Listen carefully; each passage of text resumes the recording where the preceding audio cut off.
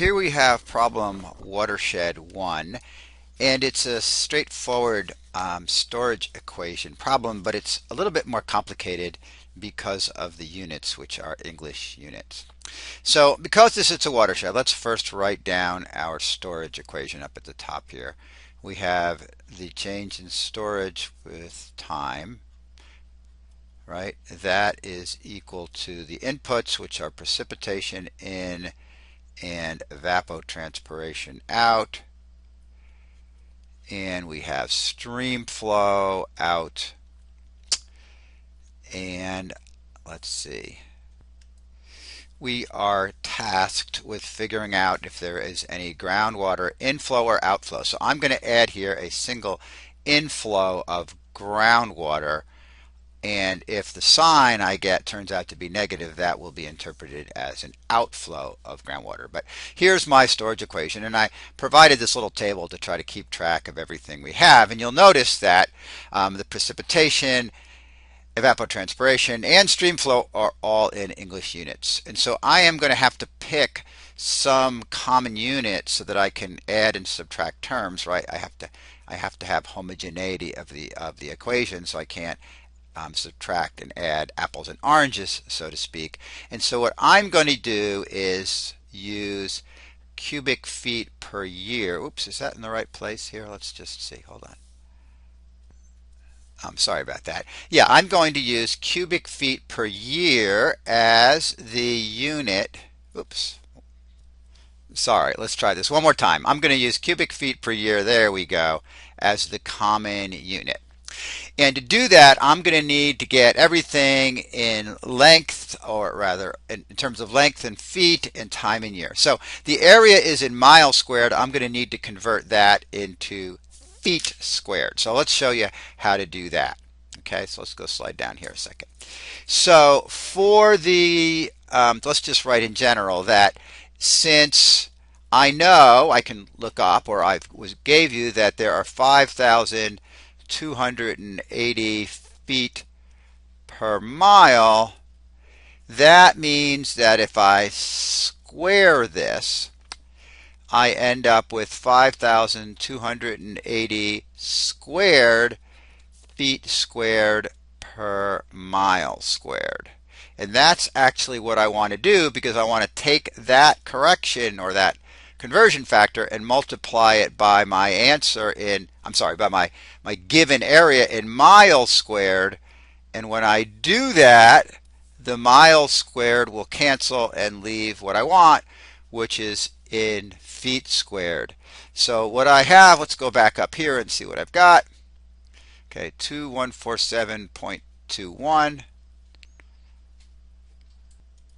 And here it is all calculated out. Notice once again that the miles squared cancel out, leaving me with the answer in the units I want, which are feet squared. So it's nearly 6 times 10 to the 10th feet squared. That is, once again, I should have written that down here, shouldn't I? That is the area. And then remember that since we're going to be using, we have to seek a common unit, and our common unit was going to be cubic feet per year. We will describe that as using the symbol mu. Remember, mu we often use when we want to use the dimensions of volume per time.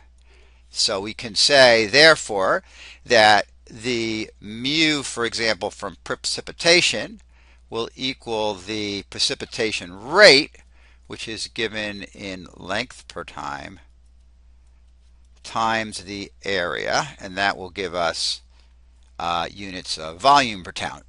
So the thing we have to be careful about, of course, is to make sure that the units of length and area are the same. We want length in feet, and we want area in feet squared. But we've already calculated the area in feet squared, but unfortunately we were given the precipitation rate in inches per year, and so we're going to have to convert that too.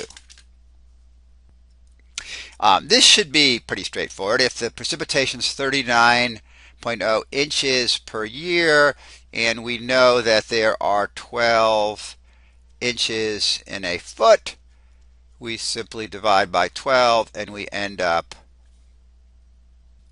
with 3¼ feet per year. Then, of course, to get the mu for precipitation, that is the volume of precipitation per year added to the entire watershed, I multiply that rate times the area and get another really large number, 1.95 times 10 to the 11th cubic feet per year. So that's the total amount of water added to the watershed per year in terms of feet cubed. Now for evapotranspiration, we're going to do exactly the same thing since it also is given as a rate of inches per year. First, we'll change the rate in inches to year to feet per year, and then we'll multiply the rate in feet per year times the area in feet squared to get the volume per year in feet cubed per year. Okay, at this point, let's go back to the beginning and enter some of those values into our table to try to organize everything. There you go. And you can see now what we're missing is stream flow. And stream flow is in cubic feet, but unfortunately it's in cubic feet per second, which is typically how it's measured. That's the average stream flow at any given time is 2,202 cubic feet per second, and we need to transform that into cubic feet per year. So that's going to be straightforward. It's just a whole bunch of time conversions that sort of look like this. You can see it's a whole bunch of conversions that you probably already know, 60 seconds per minute, 60 minutes per hour, etc. And notice again that all of the numerator and denominator units are going to cancel here, right? So minutes are going to cancel minutes, seconds, seconds, hours, hours, days, days, and we're going to be left with finally cubic feet per year, which is what we want. And the value turns out to be 6.944 times 10 to the 10th. So let's go enter that in our table too, and we're almost done.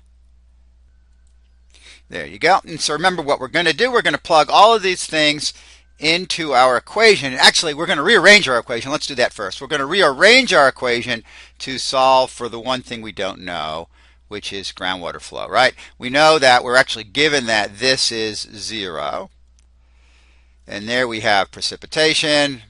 Right? We have precipitation there, we have ET there, we have stream flow here, and so the only thing missing is groundwater. So let's first solve this equation for the groundwater term, that is for mu of groundwater, right? The volume per time, cubic feet per year term for groundwater, and that looks like this.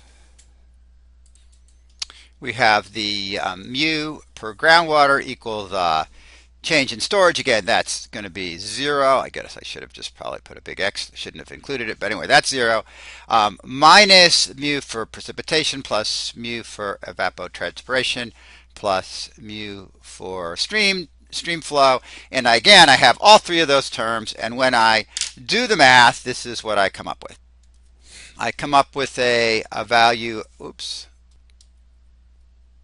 I come up with a value of 7.59 times 10 to the 9th cubic feet per year, which you'll notice has a positive sign. So this means that there is a net inflow of groundwater. That's how we defined it, right? We added groundwater up here.